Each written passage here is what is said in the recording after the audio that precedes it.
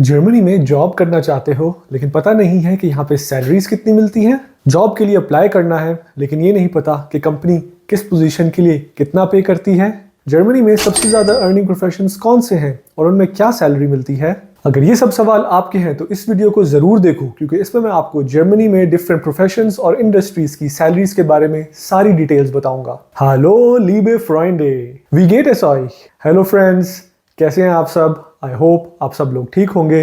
अगर आपको मेरी वीडियो से बेनिफिट मिल रहा है तो प्लीज़ मेरे चैनल को सब्सक्राइब कीजिए, इस वीडियो को लाइक कीजिए, अपने फ्रेंड्स के साथ शेयर कीजिए और कमेंट्स भी वीडियो के नीचे लिखिए। आप जर्मनी आने का सोच रहे हो या यहाँ पे बैचलर्स या मास्टर्स या आउसबिल्डिंग वगैरह की स्टडीज़ कर रहे हो, एक सवाल आपके दिमाग में ज़रूर आता होगा कि यहाँ पे ग्रेजुएशन के बाद क्या सैलरी मिलती है, और इसके साथ ये भी कि यहाँ पे सैलरी की प्रोग्रेशन क्या है। मैंने अपने एक्सपीरियंस में जर्मनी में बहुत से स्टूडेंट्स देखे हैं जो नए नए आए हों, या इवन बहुत से लोग जो इंडस्ट्री में काम कर रहे हैं, उनको इन सवालों के जवाब नहीं आते। फॉर सम रीज़न जर्मनी में सैलरीज के टॉपिक को बहुत ही टैबू समझा जाता है और इसके ऊपर ज़्यादा लोग बात भी नहीं करते। इवन अपनी स्टडीज़ करने से पहले आपकी डिग्री का अर्निंग पोटेंशियल आपको पता होना चाहिए, ताकि आप एक इन्फॉर्म डिसीजन लो। और अगर आप जॉब कर रहे हो और आपको ये नहीं पता कि आपकी लेवल ऑफ एजुकेशन और एक्सपीरियंस की मार्केट में क्या वैल्यू है, तो आप अपने आप को अंडर सेल करते हो बहुत केसेस में, और आप अपना अर्निंग पोटेंशियल नहीं रियलाइज कर सकते। चाहे वो अपनी कंपनी के अंदर प्रमोशन के लिए अप्लाई करना हो या जॉब स्विच करनी हो एक दूसरी कंपनी में जाके बेहतर पे के लिए, आपके लिए जरूरी है कि आप अपने आप को इन डिस्कशंस और इंटरव्यूज के लिए पहले से प्रिपेयर करो और सैलरीज की इन्फॉर्मेशन आपके पास पहले से हो। मैंने आप लोगों के लिए रिसर्च की है डिफरेंट इंडस्ट्रीज, प्रोफेशंस और एक्सपीरियंस लेवल्स के हिसाब से क्या क्या सैलरीज जर्मनी में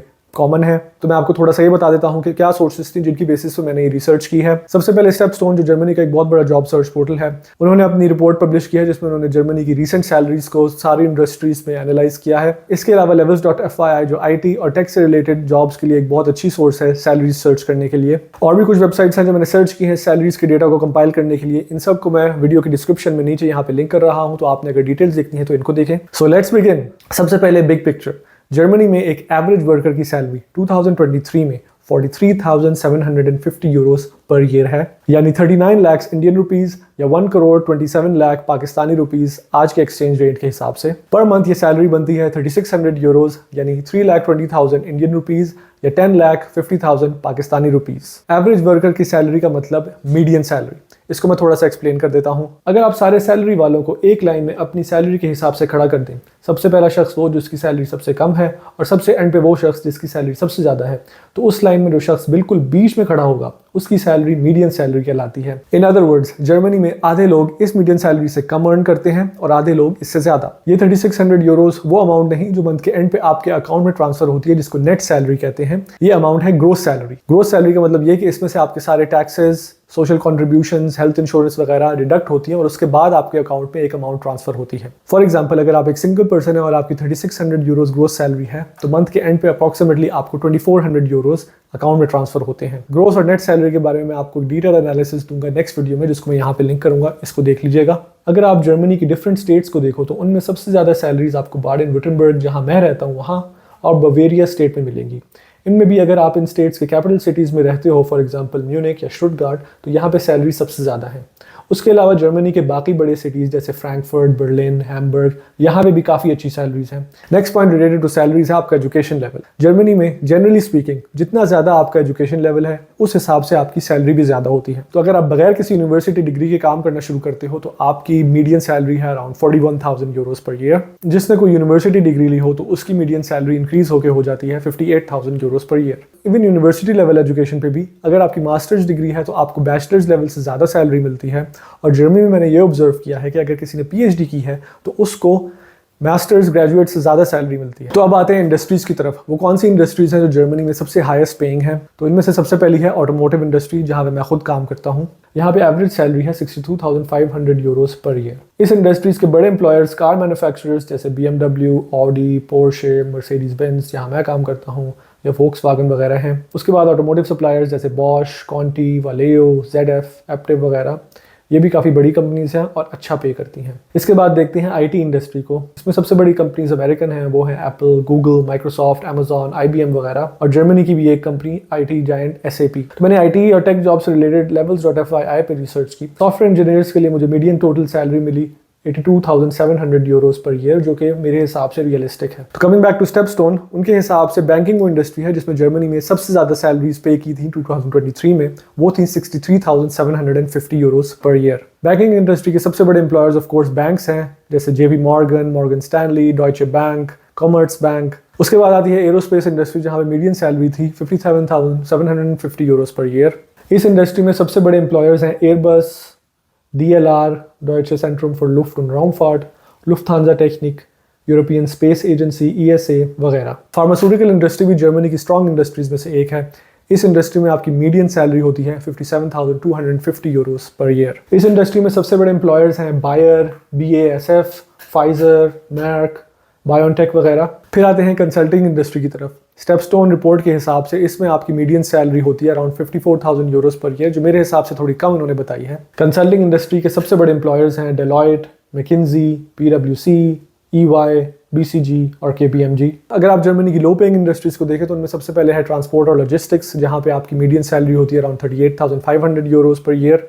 क्राफ्ट्समैन जैसे प्लम्बर, इलेक्ट्रिशियन वगैरह, इन लोगों की एवरेज सैलरीज अगर कंपनी में काम कर रहे हैं तो होती है अराउंड 38,500 यूरोस। उसके बाद आती है होटल, रेस्टोरेंट या केटरिंग इंडस्ट्री, यहाँ पे आपकी सैलरी होती है अराउंड 35,000 यूरोस पर ईयर। तो अब देखते हैं स्पेसिफिक प्रोफेशंस को, उनमें जर्मनी में कहाँ पे सबसे ज़्यादा सैलरीज दी जाती हैं। तो according to StepStone report, Germany में मीडियन सैलरी के हिसाब से हाईएस्ट अर्निंग प्रोफेशन है डॉक्टर्स।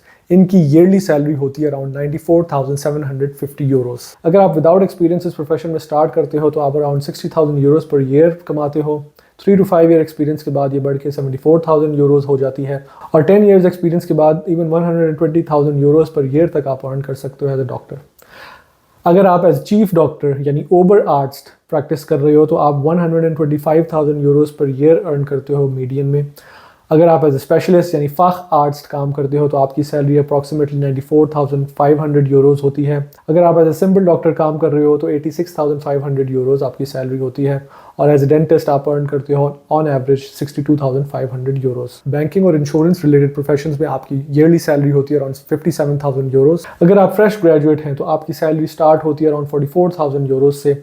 3 to 5 ईयर एक्सपीरियंस के बाद ये सैलरी इंक्रीज होकर 54,500 यूरोस हो जाती है, और अगर आपका 10 ईयर्स एक्सपीरियंस है तो अप्रॉक्सीमेटली 67,000 यूरोस आप अर्न करते हो। अब इंजीनियरिंग प्रोफेशंस को देख लेते हैं। यहाँ पे आपकी मीडियन सैलरी होती है 56,000 यूरोस पर ईयर। अगर आप as a fresh graduate start करते हो तो आपकी मीडियन सैलरी है 50,700 यूरोस पर ईयर, जो कि 3 to 5 ईयर एक्सपीरियंस के बाद बढ़ के हो जाती है 51,700 यूरोस, और 10 ईयर्स के बाद ये अराउंड 65,000 यूरोस पर ईयर हो जाती है। अगर आप एक छोटी कंपनी में मीनिंग लेस देन 50 एम्प्लॉइज वाली कंपनी में काम कर रहे हो तो आपकी मीडियन सैलरी होती है 48,000 यूरोस। कंपेयर टू दैट, अगर आप किसी बड़ी कंपनी में काम कर रहे हो जिसमें मोर देन 5,000 एम्प्लॉइज हैं तो आपकी मीडियन सैलरी इंक्रीज होकर 72,000 यूरोस पर पहुंच जाती है। हमने पहले IT इंडस्ट्री को देखा था, इसमें अगर आप एज अ सॉफ्टवेयर इंजीनियर काम कर रहे हो तो आपकी सैलरी काफ़ी अच्छी होती है। सॉफ्टवेयर इंजीनियर्स की सैलरी को ज़्यादा डिटेल में एनालाइज करने के लिए हम यूज़ करेंगे levels.fi की वेबसाइट। अमेजॉन का एग्जांपल देखें तो बर्लिन सिटी में अमेजॉन का एक काफ़ी बड़ा ऑफिस है, और यहाँ पे सॉफ्टवेयर इंजीनियर्स की डिफरेंट लेवल पे सैलरीज आप इस टेबल में देख सकते हो।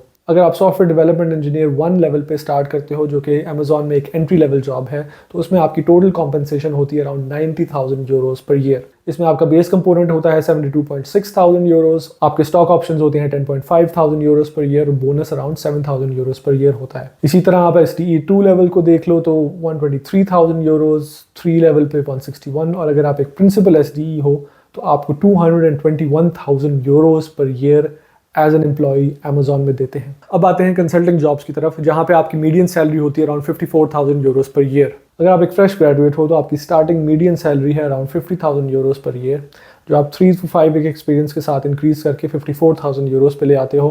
और अगर आपका 10 ईयर से ज़्यादा एक्सपीरियंस है तो आप 63,000 यूरोस पर ईयर की सैलरी एक्सपेक्ट कर सकते हो।